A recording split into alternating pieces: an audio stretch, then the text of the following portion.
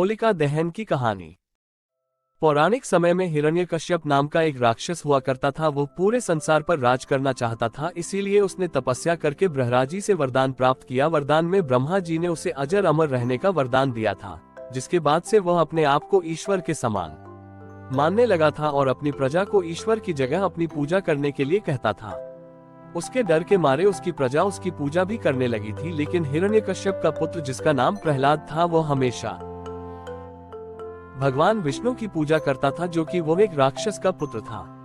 हिरण्यकश्यप को जब इस बात का पता लगा तो वो बहुत क्रोधित हुआ, क्योंकि वो भगवान विष्णु का घोर विरोधी था। उसे पता था जब तक भगवान विष्णु की पूजा इस संसार में होती रहेगी तब तक उसको कोई भी भगवान का दर्जा नहीं देगा। उसने प्रहलाद से भगवान विष्णु की पूजा बंद कर अपनी पूजा करने का हुक्म दिया, लेकिन प्रहलाद ने अपने पिता की एक नहीं सुनी और विष्णु भक्ति में और ज्यादा लीन होने लगा। इस कारण हिरण्यकश्यप बहुत ज्यादा क्रोधित हो गया। प्रहलाद विष्णु भगवान की उपासना आराधना करना नहीं छोड़ रहे थे। जब हिरण्यकश्यप का कोई भी पैतरा प्रहलाद पर काम नहीं किया तो अंत में हिरण्यकश्यप ने अपनी बहन और भक्त प्रहलाद की बुआ होलिका को अपने पुत्र को मारने का आदेश दिया।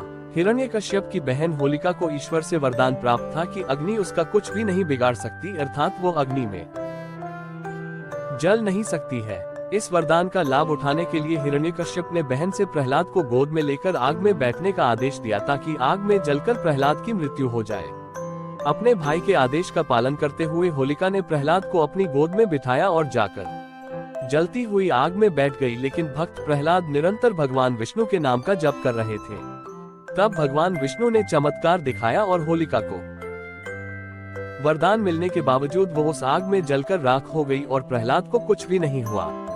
इसीलिए कहते हैं कि बुराई चाहे कितनी भी बड़ी क्यों ना हो, अच्छाई हमेशा उसे मात दे ही देती है। निष्कर्ष, होली के त्योहार को बुराई पर अच्छाई की विजय के रूप में मनाया जाता है। जैसा कि आपने ऊपर होली की कथा में पढ़ा है, हमेशा अच्छाई की जीत होती है। इसीलिए प्रतीकात्मक रूप में हर वर्ष मार्च के महीने में होली जलाई जाती है, जिसमें जलती हुई होली में से भगत प्रहलाद के प्रतीकात्मक लकड़ी को बाहर निकाल लिया जाता है और सभी को बताया जाता है कि हमेशा अच्छाई की जीत होती है। इस कारण हर साल होलिका दहन की परंपरा है।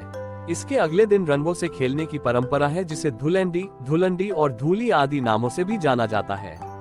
होली का त्योहार मनाने के पीछे एक पौराणिक कथा, जिसको जाना आपके लिए बहुत आवश्यक है।